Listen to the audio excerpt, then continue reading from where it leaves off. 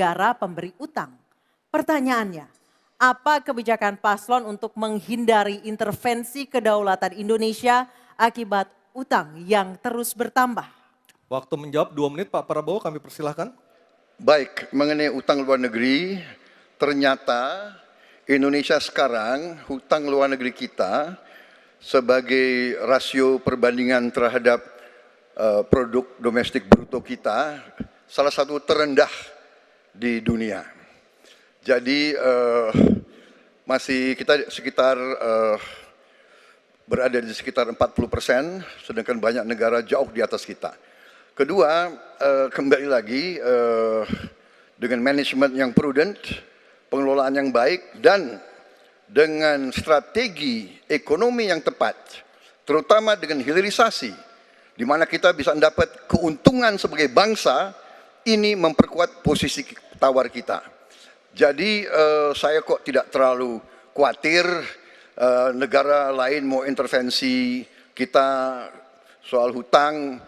Kita sangat-sangat dihormati, kita tidak pernah default.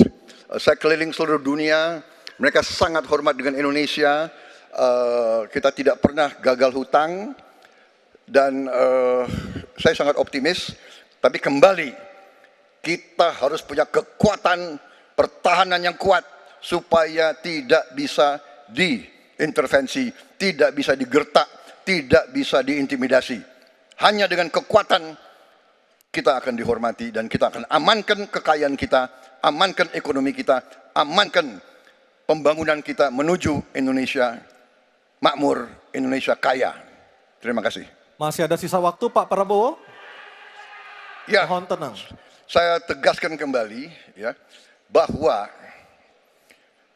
pelajaran sejarah manusia yang lemah akan selalu ditindas. Kita lihat saja apa yang terjadi di Gaza. Kita tidak boleh lemah, kita tidak boleh waktu habis dilindas oleh bangsa lain. Pak Prabowo, kami persilahkan kepada calon presiden nomor urut 1 Bapak Anies Baswedan untuk menanggapi jawaban dari capres nomor urut 2 dalam waktu. Oke, silakan Anissa. Baik, selanjutnya capres nomor urut 2, jawaban capres nomor urut 2 akan ditanggapi oleh calon presiden nomor urut 3, Bapak Ganjar Pranowo. Kami persilakan Bapak, Anda 1 menit. Kita membaca buku Convention of Economic Hitman dari John Perkin, bahwa hutang-hutang itu memang bisa mematikan. Maka hati-hati kalau mau hutang.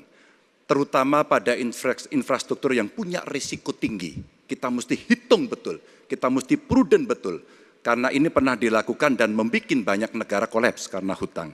Namun demikian, kalau mau pakai kekuatan dalam negeri, artinya wajib hukumnya kita mendorong ekonomi tumbuh 7%, kemudian govern berjalan bisa dengan baik, maka ICOR bisa turun 4%, dan kemudian kita mesti betul-betul anti korupsi. Kalau itu tidak dilakukan, maka tidak akan tumbuh ekonomi yang ada di tempat kita. Ease of doing business mesti dilakukan. Hanya saja memang kalau kita bicara pada industri pertahanan kita, mesti kita kuatkan industri dalam negeri. Jadi mohon maaf kaitan dengan hutang, no utang, no usang. Sehingga alutsista kita betul-betul kita lakukan transfer of teknologi dari dalam negeri. Waktunya habis. Waktu sudah habis. Mohon tenang, mohon tenang, mohon tenang. Sekali lagi mohon tenang. Kami persilakan kepada calon presiden nomor urut 1 Bapak Anies Baswedan menanggapi jawaban dari capres nomor urut 2 dalam waktu 1 menit Pak Anies.